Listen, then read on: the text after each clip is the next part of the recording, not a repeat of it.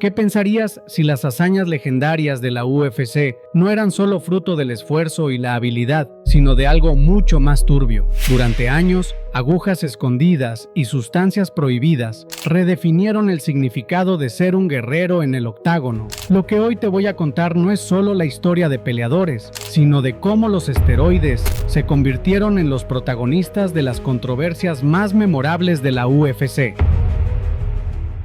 En sus inicios, el lema implícito era «se vale de todo». No había reglas claras ni escrúpulos en los controles. Los fanáticos estaban hipnotizados por el brutal despliegue de habilidades y fuerza, sin imaginar que tras cada combate podía haber una aguja invisible alimentando a sus héroes. Los esteroides no solo eran permitidos de manera implícita, eran parte del ADN del espectáculo. Los peleadores no solo competían, literalmente se transformaban. El octágono era una arena de gladiadores modernos, un lugar donde los límites entre lo humano y lo sobrehumano se desdibujaban. Cada golpe resonaba no solo en el cuerpo del oponente, sino también en la imaginación del público, que veía en estos guerreros a semidioses de carne y hueso. Pero lo que el espectador no sabía era que esas proezas muchas veces estaban potenciadas por sustancias prohibidas que prometían más fuerza, resistencia y rapidez de recuperación. A medida que el deporte ganó popularidad, también creció la presión para legitimarlo. La década de los 80 había dejado una sombra oscura sobre el uso de drogas en los deportes, y la llamada guerra contra las drogas también alcanzó a la UFC. Ser limpio ya no era opcional,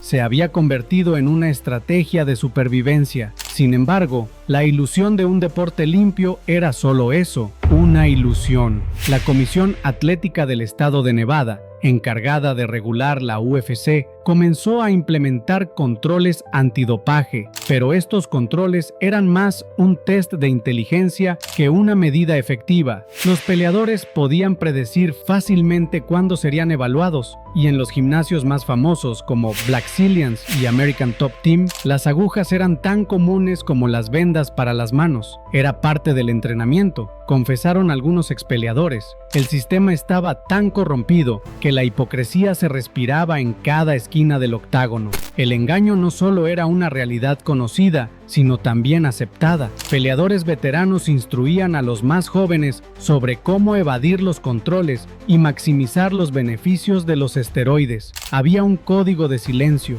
un pacto no escrito entre los atletas. Todos sabían, pero nadie hablaba. Si todos lo hacen, entonces no es trampa. Era una frase que resonaba en los vestuarios.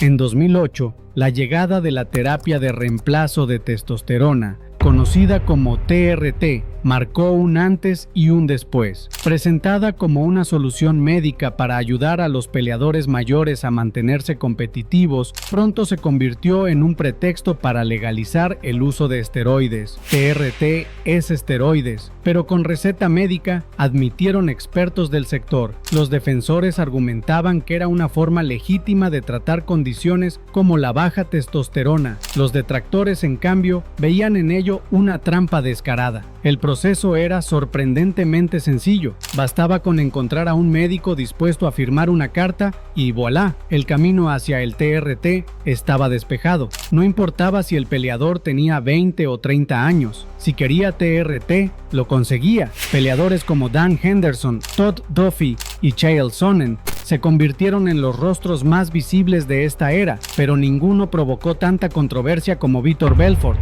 Conocido como TRT Vitor, Belfort era la personificación de los efectos del tratamiento. Su físico se transformó en el de un superhéroe y su desempeño en el octágono era simplemente brutal. Sin embargo, su pasado también estaba manchado por sospechas de uso de esteroides desde su juventud.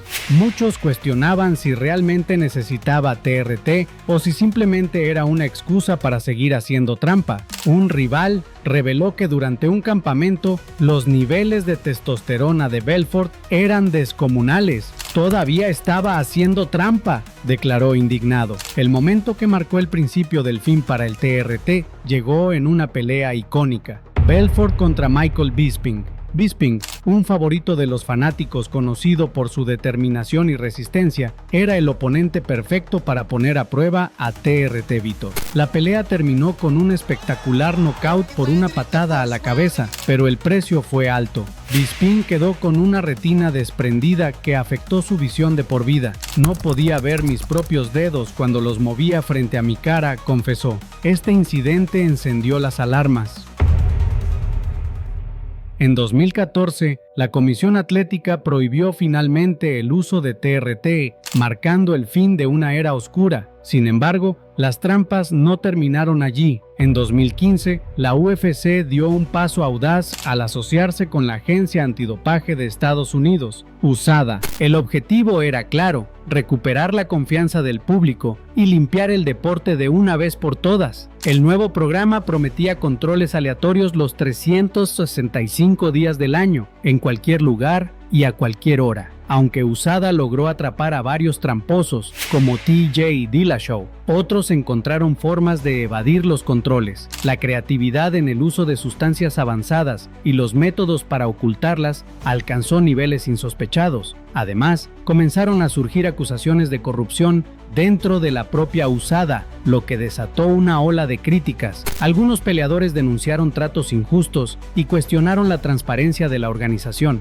Uno de los ejemplos más notorios de la tensión entre USADA y la UFC fue el caso de Conor McGregor en 2023. Después de sufrir una grave fractura en la pierna, McGregor fue acusado de usar esteroides para acelerar su recuperación. Las fotos de su transformación física causaron un revuelo en las redes sociales. Su cuerpo se veía más grande y definido que nunca. ¿Es este el mismo Conor que vimos hace unos meses?, preguntaban los fanáticos. USADA exigió que cumpliera con un periodo de prueba de 6 meses antes de volver a competir, pero la UFC presionó para obtener una excepción. La tensión entre ambas partes alcanzó su punto máximo y el contrato fue rescindido. Este evento marcó el final de una alianza de años y dejó preguntas sin responder sobre el futuro de los controles antidopaje en la UFC. Hoy, la UFC ha implementado un nuevo programa de controles antidopaje, pero muchos cuestionan su eficacia y transparencia. Los fanáticos y críticos del deporte se preguntan: